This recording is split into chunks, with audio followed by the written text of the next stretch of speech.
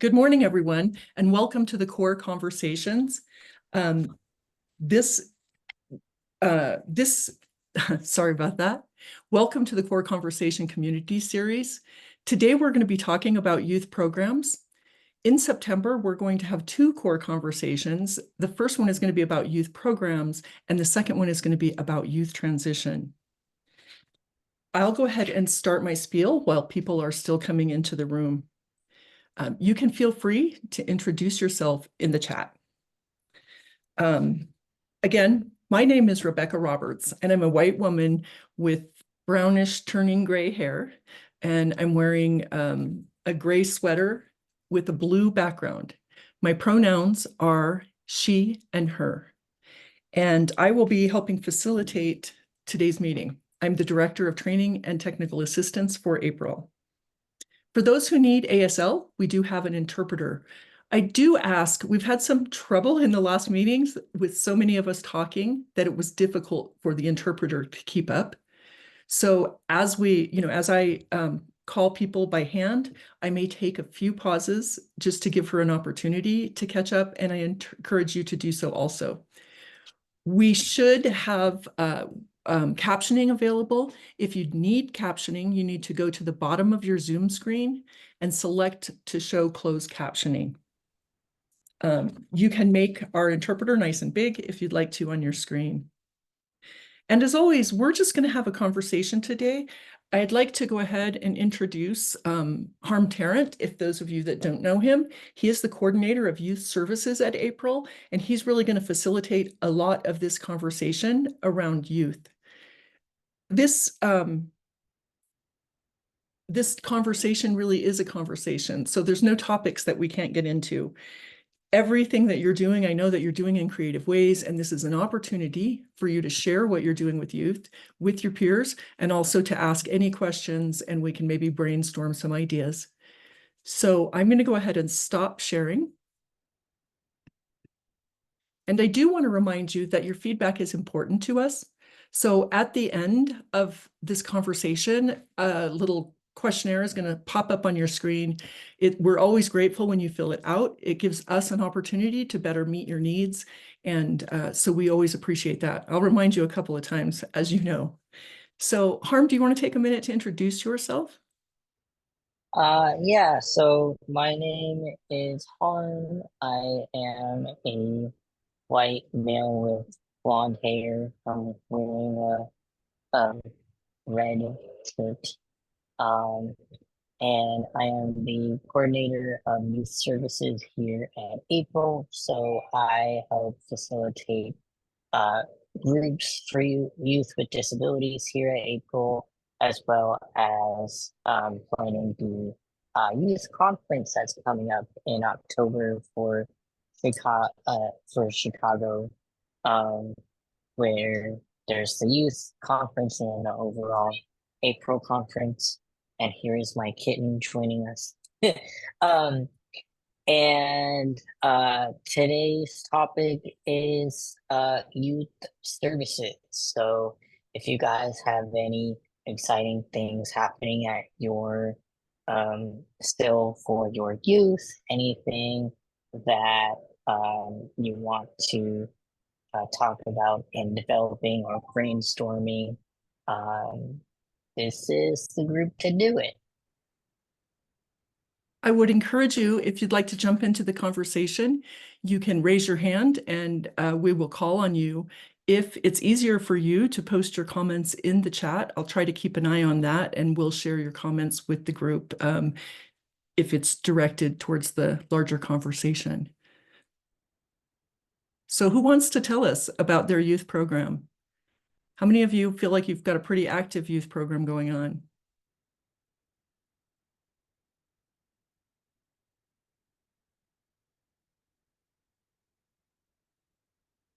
One thing I know about youth programs is that they're pretty exciting to work with.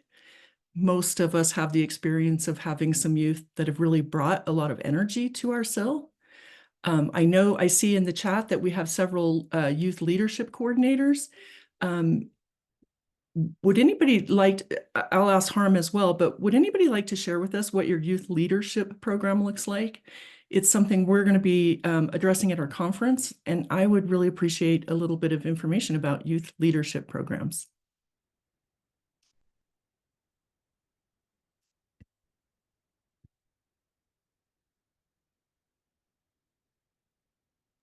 Okay. Aaron says that they're still building their youth program. Do you want to go into um what you want to see in your youth program?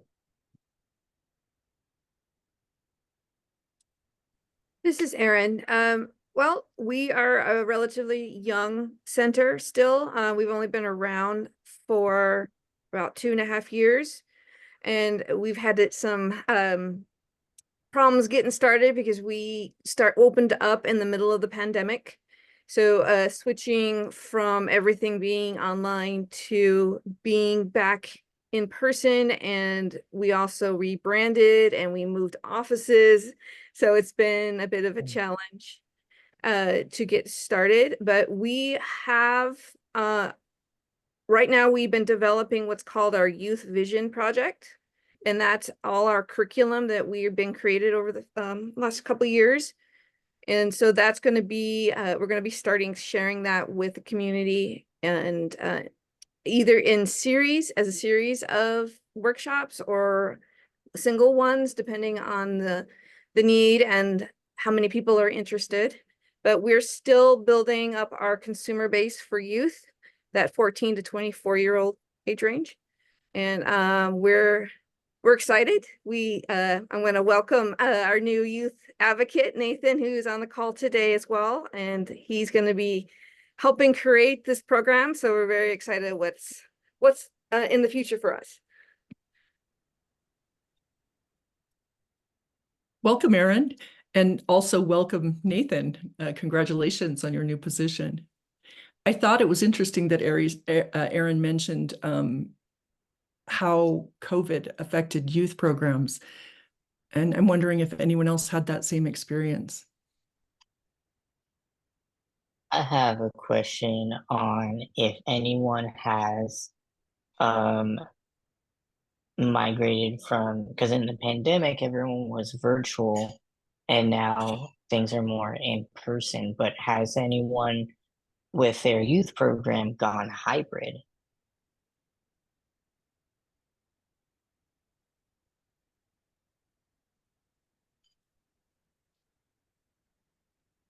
This is Erin again. We attempted that, but we couldn't get the numbers to keep going. So we're trying again in a more in-person option, but we're open to doing hybrid again. It's just we maybe got 1 or 2 people at a time, and it just wasn't working. Okay.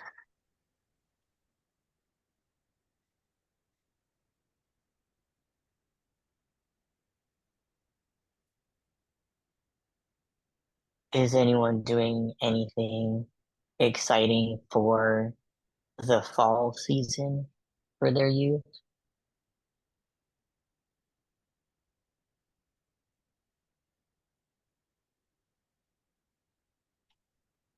This is really an open conversation, and I know that if you're in this conversation, you're probably working with youth or want to be working with youth. I can see by the introductions, we have a lot of people with interesting perspectives. So just to kick this conversation off, who wants to describe a little bit about what's going on with their youth program? AJ, you have your hand up.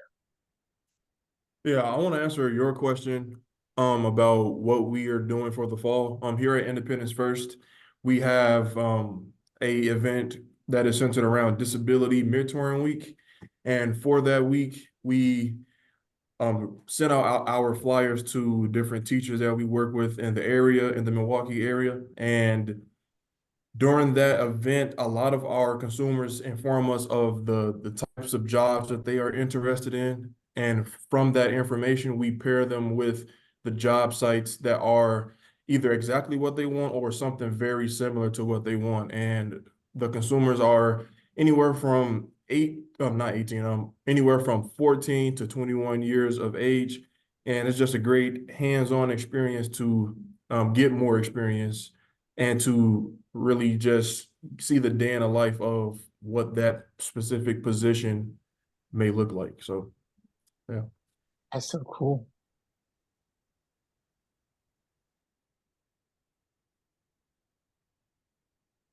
AJ, have you done that program in the past? Yes, so last summer was my first year at Independence First.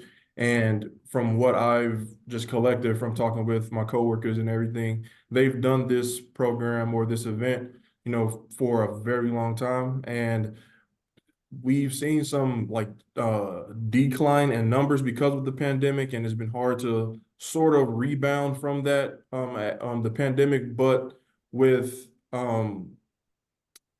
things opening back up, obviously a lot more at this present moment. Even last year, we are seeing a little spike in our numbers, but yeah, we've been doing this program or this event rather, for quite some time now.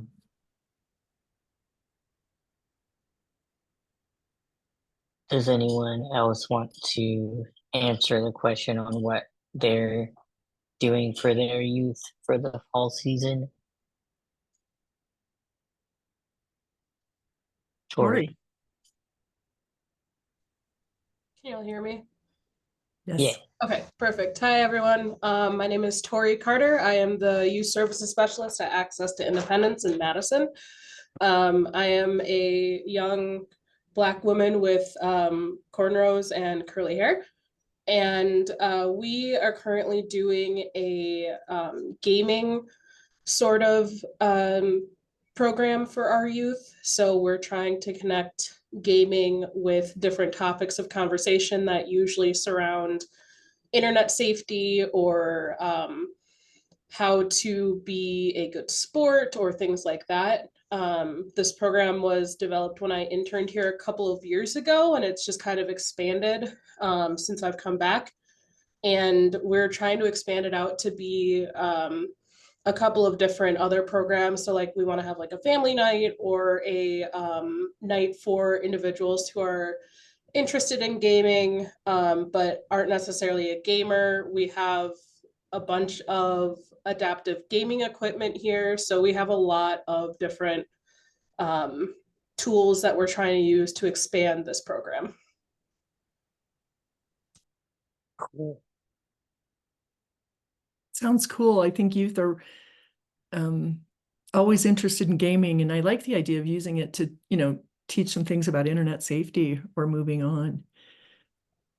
Yeah, we just finished a program that was called Level Up, where we connected job readiness and job skills with gaming. So I developed a 3-week program that I taught 3 times throughout the summer, and everything was connected to job skills and all of the different skills that you use while playing video games, how those transfer over into job skills and things like that. So it was a lot of fun. Did you use one of those games where you like pretend to be like at a job and that's like the game? I wish I couldn't find anything that would be acceptable for that because it was teenagers. So I didn't want to bore them. And a lot of the ones that I've seen are more for the younger adolescent age. But we did do a couple of activities where I had them we went through all of these different jobs in the gaming industry. And then that's cool. after that, I had them create their own video game on paper and say who they would need to hire and what their budget was, just so they can kind of use those skills in a real life example of what, if they're interested in going into this field, what they might have to do. Man, my brother would have loved that.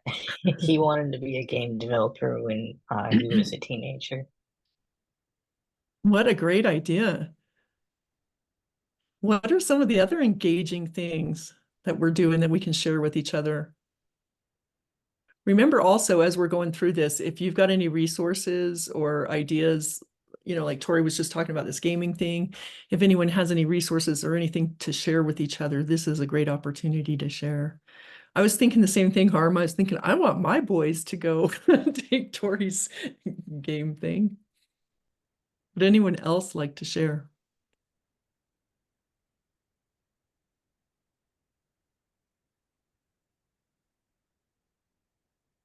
So both of the people that talked today were kind of talking about employment related stuff or pre-transition stuff. I know we're going to be talking about the youth transition in the next class, but it's kind of interesting to me how we can look at youth activities in general and think about how they're preparing youth to move into that phase.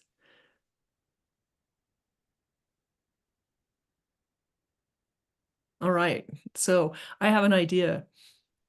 I would like some people to post in chat just some of the things that they're doing with their youth, and you don't have to be a big explanation. It can just be like sports or gaming or what leadership, whatever it is. And then if anyone would like to know more about that, let's focus in on a topic. This is my brilliant brainstorm idea. If it doesn't work, I'll never try it again. Okay. Give me a chance here. Could I get some folks to post in chat a little bit about what they're either doing or interested in doing? If you want to know more about sports with youth or Ashley. Hey, I am brand new at Reach in Plano, Texas, and I wanted to find out if there were any areas where an idea maybe crashed and burned. I think that could be helpful. Is what worked is maybe what didn't work.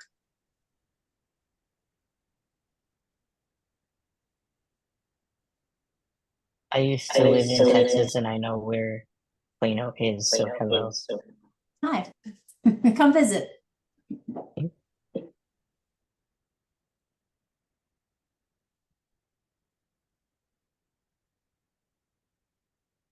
I was there's some interesting topics that are being thrown up in the chat.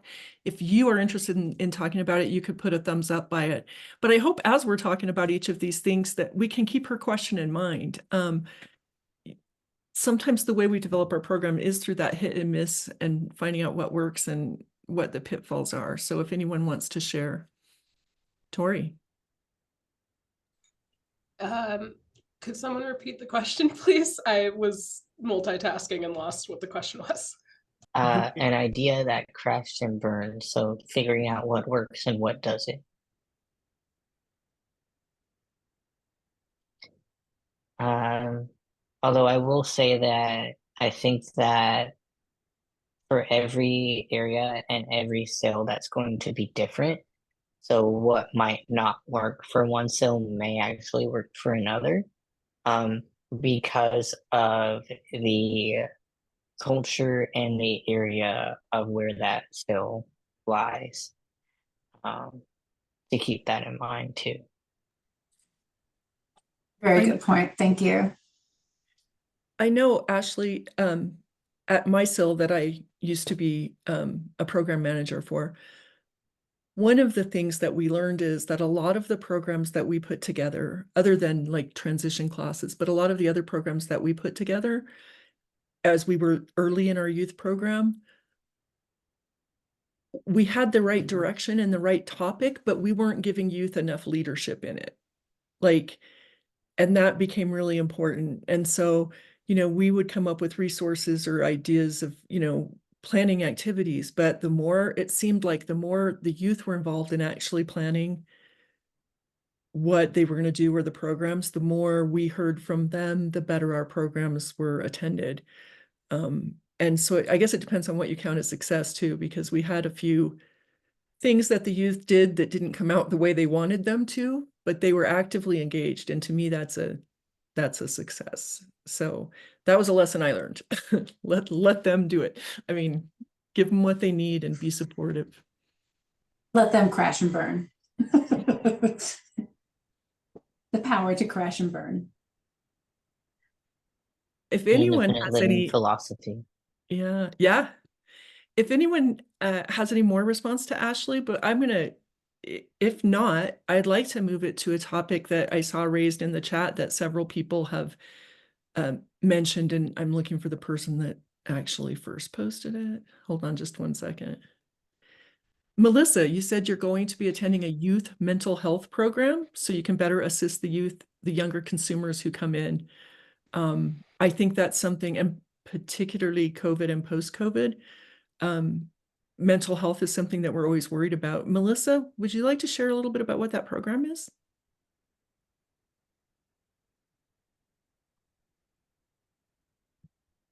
Melissa Johnson? She said to give her a minute. No. That's actually very interesting because that was actually one of the questions that I wanted to ask of if stills are doing anything for youth about mindfulness, like mindfulness activities or helping with emotional regulation, especially since COVID, a lot of youth in particular have, gone up in things like depression, anxiety, and overall mental health issues. Tori. One of the things that I did in that Level Up program over the summer is we had each day was a different topic. And one of the days was focused on mental health and self-care. And so I taught the participants all different kinds of what self-care looks like and how to care for yourself. So we made our own, I called them adventure journals and or like quest journals, so they could, and I showed them different examples of what they could use it for. We did some meditation, we did some yoga. I think I had like 7 different ways of like taking care of yourself, and then showed that it doesn't have to look like it is on social media where it's like, you're going to a spa and getting facials and things like that. It could be as simple as drinking a glass of water or going for a walk. And that seemed to be very helpful because a lot of the students didn't know how to care for themselves, and they thought that it had to be this big thing. And emphasizing those smaller acts of caring for yourself, of even taking a 5-minute break or going to get a snack, was really impactful for them. And each individual was able to find a strategy that would work well for them in the future that they said they wanted to use. That's excellent. Melissa shared in the chat a connection to the mental health first aid, which is the program that she's going in. And I actually went through the mental health first aid training. It's been quite a while, but it was a really helpful program. And there's a few other people that are commenting. Amber Harris, would you like to share a little bit more to the group about the suicide prevention walk?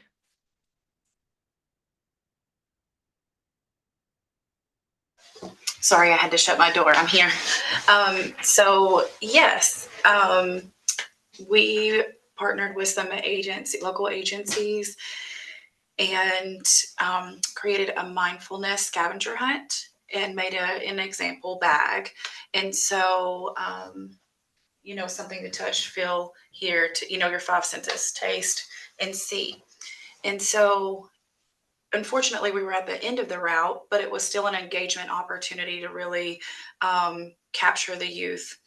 And so they would come at the end and they would think that they were done. And then, so to kind of turn that unfortunate placement around, we said, if you fill this bag up and bring it back to us, we have something for you, which was the general consensus anyways, not knowing we were going to be at the end and not like, beginning or middle. And it was really cool to see how excited they got just to take a moment and to go find these items and have the sense of pride and the independence they had in doing this. And so when they brought it back, we gave them the wrap, like a book, like a whole packet, and then we gave them a journal so that they could read in to how important it is to take a minute. It's okay to not be okay, and to really embrace the fact that mental health is very real and it doesn't matter the age. Thank you for sharing that, Amber. Oh, thank you for asking. Yeah, Madison. Hi, I'm Madison. I'm with Mid-State Independent Living Choices, which is located in Stevens Point, Wisconsin. I am loving the Independent Living Center Wisconsin representation today, so I just wanted to call that out first. But I wanted to talk about our youth peer support program. that we actually created and implemented as a summer program. Excuse me, sorry, my dog is barking. So it was a 6-session program that we implemented. And every session had a topic that was related to mental health, independent living philosophy, values. And so we did one about psychoeducation, relationships, self-empowerment, independence, and communication. And we had the youth for about 2 hours at a time. It was every other week. And we would start out with like an IL skill activity, so something hands-on. So for instance, an example was during our relationships week, we started out with a hygiene talk. So we talked about, how do I put on deodorant? How do I brush my teeth? How do I prevent cavities? And it was a really great space for them to be able to ask questions that they may be uncomfortable asking their family or other peers. And then the really cool thing is they got like a bag of hygiene products to take with them. And so we structured it like that. It was our first time running it. We geared it toward 14 to 70-year-old teens that are enrolled in CCS here, so Comprehensive Community Services. We started out with 5 for our first time, and we had 3 youth that ended up graduating, which is pretty good for our program here with us being rural. But it became clear that we were competing with summer school, camps, and family vacations. And so we are in the process of trying to rework the program to see if it would be a better model that's implemented as an after-school program. So I would be curious to see if any other centers have had an after-school program for youth, even if it's just teaching or whatever that may look like, and if that was successful.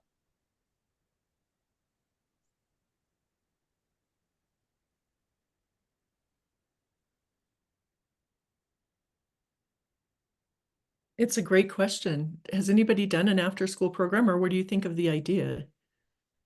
It is hard to do things in the summer.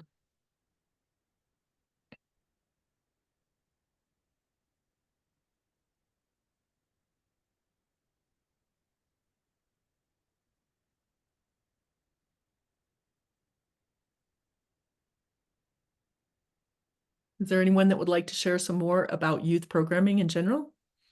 What are you guys doing with the kids, and what are they responding to? Or not?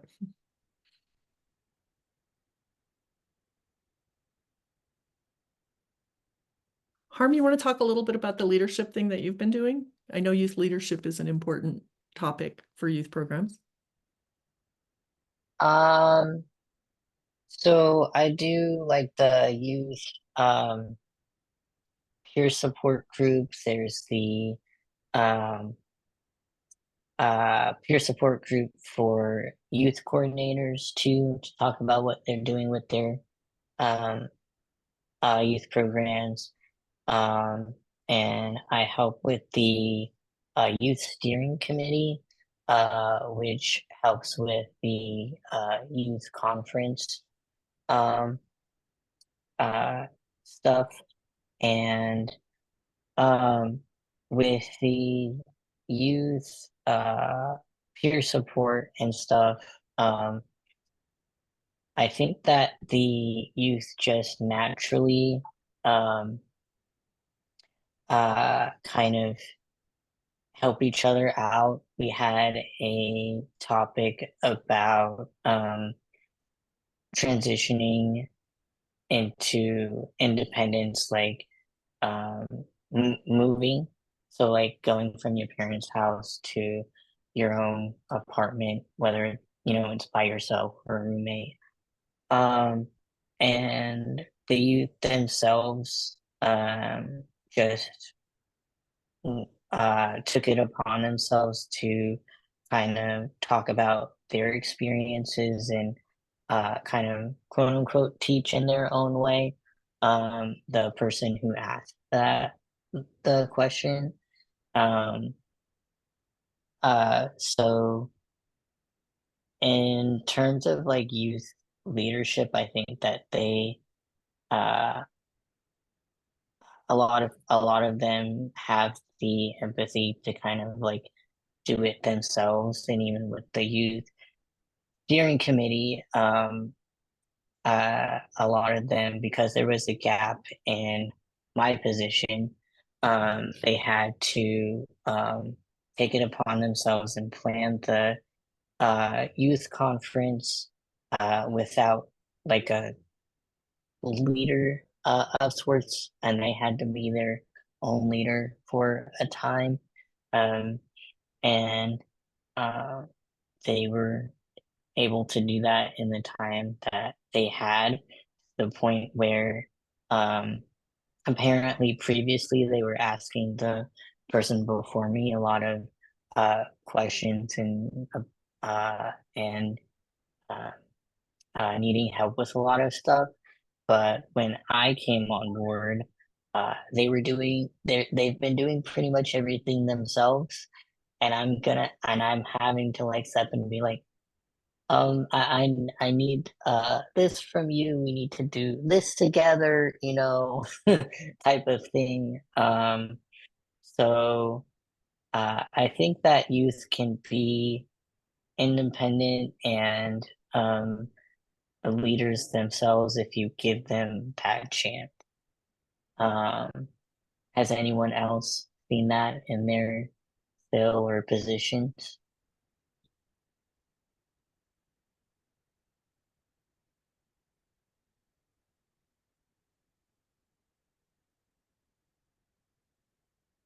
I would just like to highlight a couple of things that Harm said. I know there's a lot of youth coordinators here. So Harm, if you could tell them a little bit about the youth coordinator chat, like maybe when you hold that, and maybe we could get I don't know if we can get the link to registration maybe in the chat, or actually we'll be sending out an email after this core conversation. Probably you'll get it in the next week. It will have a link to a recording as well as a transcript of this meeting. And we like to pull any resources that anyone shared out of the chat or whatever, and I'll include those resources in that email. And when we do that, we'll include registration information for the youth. Do they register, Harm, or do they just need to log on to the? Um, I know that Rachel has a registration list.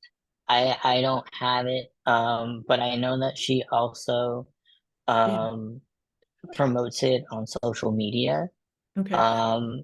We'll put that link in our email after this meeting, because it is a chance, you know, whatever, if you want to have a conversation like this, or you need to just, you know, air out some stuff that's gone on that week or gone on recently, or give each other a pat on the back, it's a great opportunity for youth coordinators to connect with each other. So the Youth Coordinators Connect happens on the first Tuesday of every month. So the next one is going to be on October 1st. And it's pretty much a lot like this, where we have a topic to talk about and we talk about it openly. I'll have like a few questions, but you know, if the topic goes, you know, beyond those questions, the better. Um, and it's a place for, you know, youth coordinators to get that peer support, and also there's a lot of actually brainstorming on what they can do with their skill, or what they can do better. Um, and they talk amongst themselves about, you know, the things that they're doing for their youth program, things that they want to do for their youth program, and so on. And I think it's one of the cooler like groups that I've seen or hold, because I get to see like what youth programs are doing across the states. A few people are happy to see that, Harm. They've posted it there. And Alyssa posted the links to register both for the Youth Coordinator Connect meeting and also the April Youth Peer Support meetings that youth can get in on. I also want to point out, Harm mentioned that he just finished a leadership. Didn't you just finish a leadership academy type thing with students? And April's really interested in having youth that want to participate in leadership or national conversations. We have youth on our board of directors. And so Harm is the person that you would get a hold of for any of that. But if you have some outstanding youth that really you'd like to see get some opportunities, for example, the youth that work with Harm, they put on their own youth conference. In case you don't know, April's conference is coming up October 10th in Chicago. And the first day of that, the youth will have their own youth conference that they've planned themselves. And so we encourage you, if you have any youth that are interested in that and participating maybe throughout the next year, there's lots of opportunities. And of course, if we're bringing them to Chicago, we're covering all of that. And so we like to see, or even just bringing some of your youth to the conference is a great opportunity for them to get connected with those youth.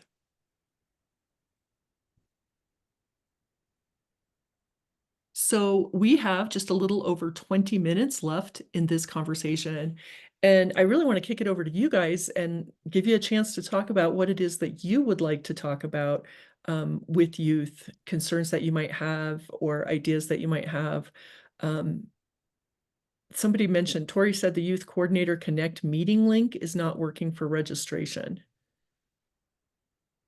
So Tori, if we see it, we'll try to figure out what is going on with that.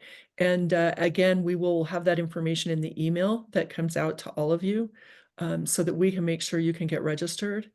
And I have heard on our registration sometimes, I just heard this week, so I haven't had a chance to investigate. But if anybody's using JAWS or another screen reader, apparently that might be an issue with registration.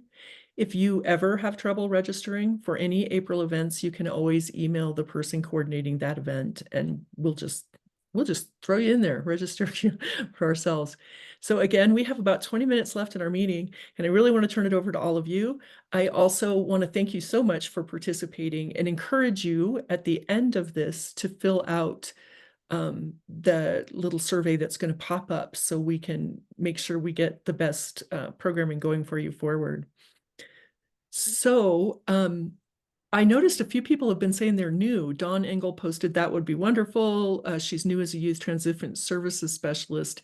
And, you know, let's just talk a little bit about where you are in your positions and what kind of support you might like or what kind of support you're offering to your youth.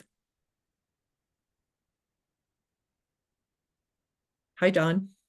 Hello, I can talk for a little bit. I'm on my 4th week, so I'm still kind of learning the ropes here, you know, IL philosophy, etc. But I will be doing pre-eds, which include like workplace readiness and self-advocacy. I know there are a bunch of programs out there, and I'm in Ohio, which I think eventually they will have their own, I'm learning, come June.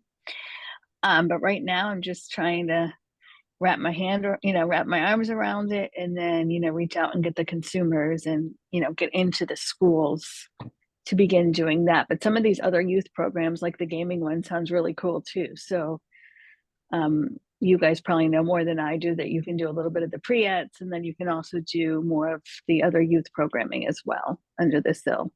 So I'm here to grab any ideas, anything out there rather than reinventing the wheel.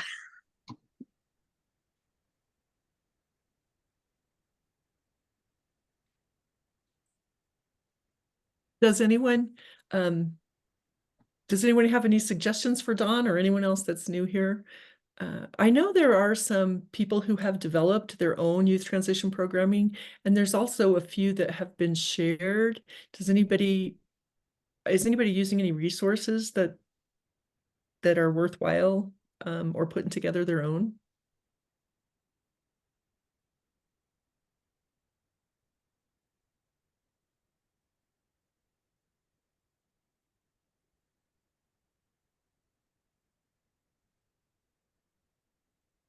I see quite a few people are posting that they are new also. So Dawn, did you want to share? No, I'm visually impaired, so I'm kind of having trouble keeping up with the chat. Do you mind reading some of those? Oh, sure, no problem. I appreciate it. I was trying to do it myself, and then I realized I might be missing stuff, so I'll speak up. Okay. I will tell you that a lot of the people are just sort of introducing themselves or at this time saying if they're new. I think Melissa Johnson may have said that she's new. Melissa Johnson is the person who was talking about going to the mental health first aid. Let's see. I'm scrolling down here. Alyssa posted the links. Tori said we were having trouble with those links. Our fiscal year ends the end of October, and those are for next month. Is that correct? She thinks that might be it, but she's investigating that problem for us. Dawn Engel said that she's also a new youth transition specialist at Independence Alliance in Cincinnati. Melissa Johnson said that she is a community living advocate, but recently added the youth that is out of school in the country that she's in. So she's learning. And they have a youth coordinator here. She's wishing she was here because she said she's great. She would be awesome. Tori, who's been talking with us, Tori Carter, said she's also new. She's only been there since May. I've only been in my job since May too, so we should have a new job support group thing going on. And Nathan Freeman said, hello, I just started this position last week. But one thing I'd like to see is some sort of substance abuse or addiction awareness program. Has anyone done anything like that? And if so, how did that work out? That's a great topic, Nathan. Do you want to talk a little bit more about your interest in that? Yeah, sure. So can you hear me? Yes. Okay. So yeah, our youth program goes into, the early 20s, and I know a lot of, young adults struggle with addiction and substance abuse. So, it's not something I've worked with in the past, but it is something that I would like to see implemented. Just, to give them some sort of resources and knowledge about, what they can do and what their options are. It's a really great question. Is anyone else have resources for that? Amber, would you like me to read your post or would you like to? I'll go ahead. Amber said, Nathan, we work directly with our Prevention Coalition for substance abuse awareness. Prevention coalitions are all over and they're very awesome to partner with. I think that's a great idea. Yeah, I'll look into that. Thank you. Yeah. Melissa, you said ROSC is in a few places in Illinois, you believe. What is ROSC?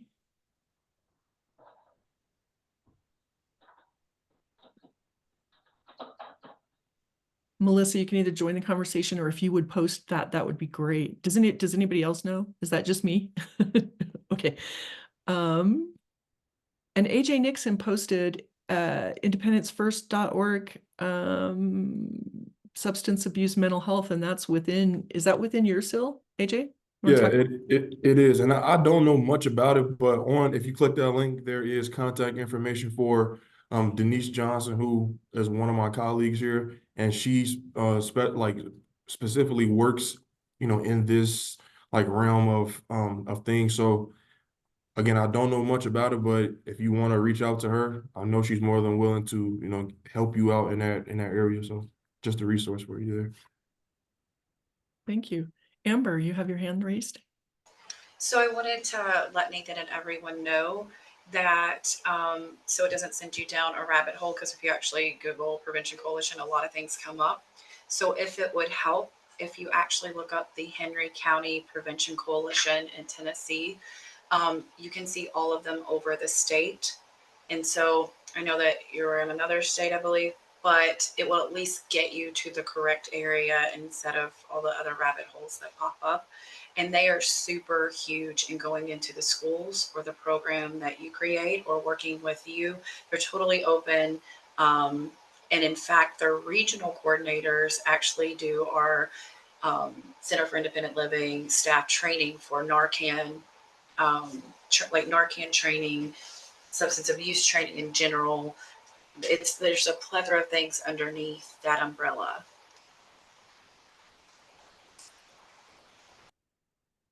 Thank you. I appreciate that. Melissa, you mentioned you didn't hear me. I was just asking, it seemed like in one of your comments you mentioned ROSC, and I was just wondering what that is. It's called ROSC, and it's horrible that I don't know what all it's like. It is recovery of something of substance.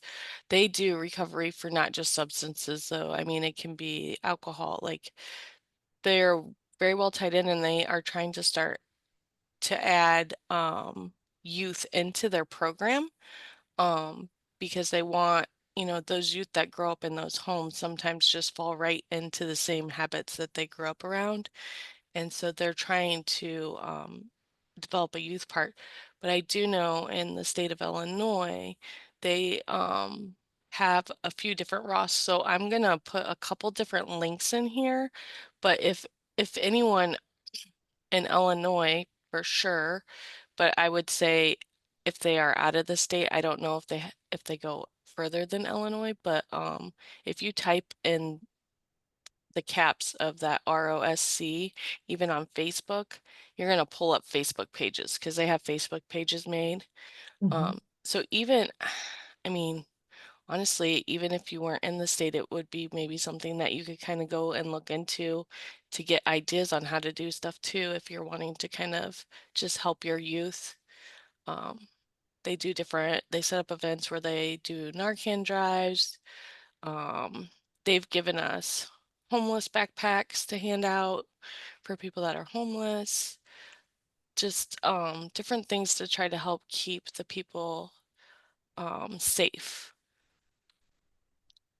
They do have Oh, go ahead. Oh, I was gonna say another thing that I kind of like that they started was one of the groups. I'm in two different counties groups because we service 4 counties, and one of the counties Ross groups, they started sober sips, which I thought was really neat. So there was like in their county, one of the bigger towns had like a street festival that had a concert, which always has a beer tent.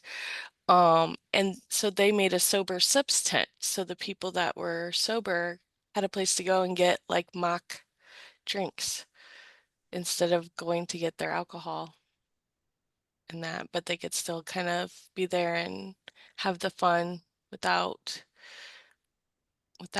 feeling like they're left out or anything. And I just thought that was really neat of them to do that. That is nice. Substance abuse is a serious subject, but I know just in general, not just with youth, I'm hearing from more and more CILs that are looking at transitioning people who are unhoused or homeless, transitioning people that are coming out of criminal justice systems. And we know that a larger number, or it's more prevalent in criminal justice systems, such a large number of people there do have disabilities. And for youth without programs that are helping them with that transition, I think substance abuse, and I'm just wondering, like, how many of you are seeing homelessness or criminal justice issues that are compounding what youth are facing at that age? Is that something that we're seeing in your area?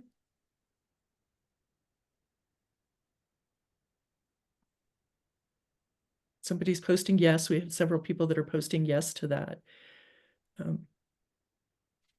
Is there anyone that wants to talk a little bit about what they're seeing or ideas that they might have for partnering, building coalitions to help with those issues?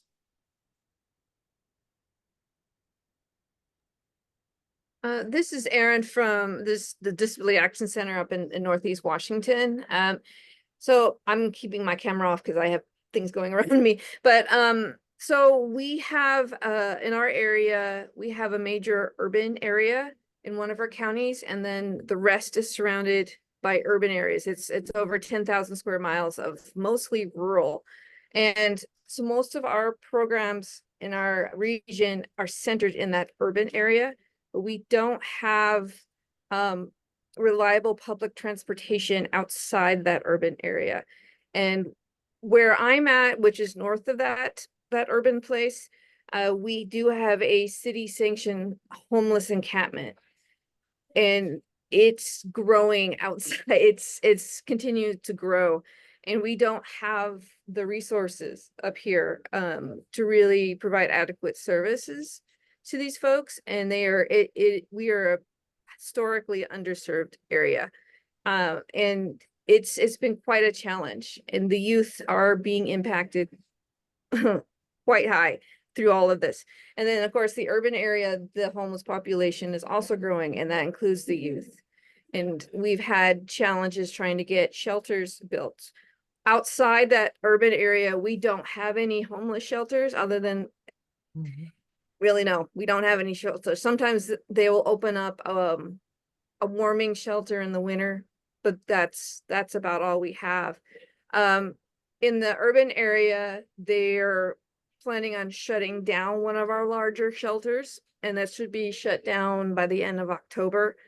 The new mayor is planning on creating a scattered sheltered model within the city, where each shelter has is specialized for a specific population or specific demographic. So we'll see if this helps, because one of them is going to be youth, one of them is going to be for women, one is going to be for men, and hopefully we'll have some disability focused ones, because it's very, very hard to find accessible bunks in these shelters, because those bottom bunks are the most coveted and the hardest to find. And so we'll see how this goes, but it is quite a challenge to get those services and help, because there's so many barriers and there's so much bigotry and misconceptions out there. It's quite a fight to help these folks. I agree. It seems like an area that a lot of advocacy, there could be an area for a lot of advocacy for things like making these shelters maybe more accessible. I know I talked to somebody from Masil, we were talking about youth programs, but he said he had youth that were like kicked out of the house by their parents halfway through, Project Search or some good youth program. And they worked, it was rural and there were also no shelters. So they really worked with that youth to identify personal supports and work out an arrangement where somebody who needed a lot of help in the home, that was I think a relative, where he could live there to complete the program. So sometimes it's just got to be real individualized, and sometimes we have to go full force advocacy on the system, because obviously the system's breaking down. I'm going to take just a moment to read through the chat for those that may not be able to read it. Let me see where I'll start. Amber Harris said, usually prevention coalitions are under the state departments of mental health and substance abuse services. If your state does not have this, maybe you can gather information from the link I share above, and we'll reshare in this post. Somebody mentioned recovery. Oh, here, Melissa is giving us what the acronym was for. Recovery-Oriented Systems of Care Councils is the program that she was talking about. I feel you there, Melissa, with the acronyms. I did a webinar yesterday where I was spitting them out and not remembering at all what they were for. Sarah posted that SAMHSA has a lot of resources for individuals with substance abuse issues and mental illness. It really is a good organization. I will see if I can find the link for what I mail out later. They have a lot of free publications as well. And then we kind of moved on to that idea. Somebody posted yourhouserecovery.org. A lot of people posted, yes, they are seeing homelessness in their areas. Amber posted, we are a town of 10,000 and the homelessness and addiction component is growing steadily. Harm asked if anyone had Be Well in their area. And I'll finish these comments and maybe if anyone can address that. Amber said, this is why the PC are heavily involved in the schools starting in middle school. And Melissa says it's sad, but funding is hard to find right now. But rural areas don't have any shelters and the cities are so full, they're not allowing others in. thank you for giving me a few minutes to read through those comments. We are getting great resources posted. And again, I will pull those all together so that when you get the email that links you to the recording and transcript, you also have all of those resources in one spot. So thank you for that interruption. We have about 5 minutes left before I get to the closing stuff. Is there anyone that has anything else to share?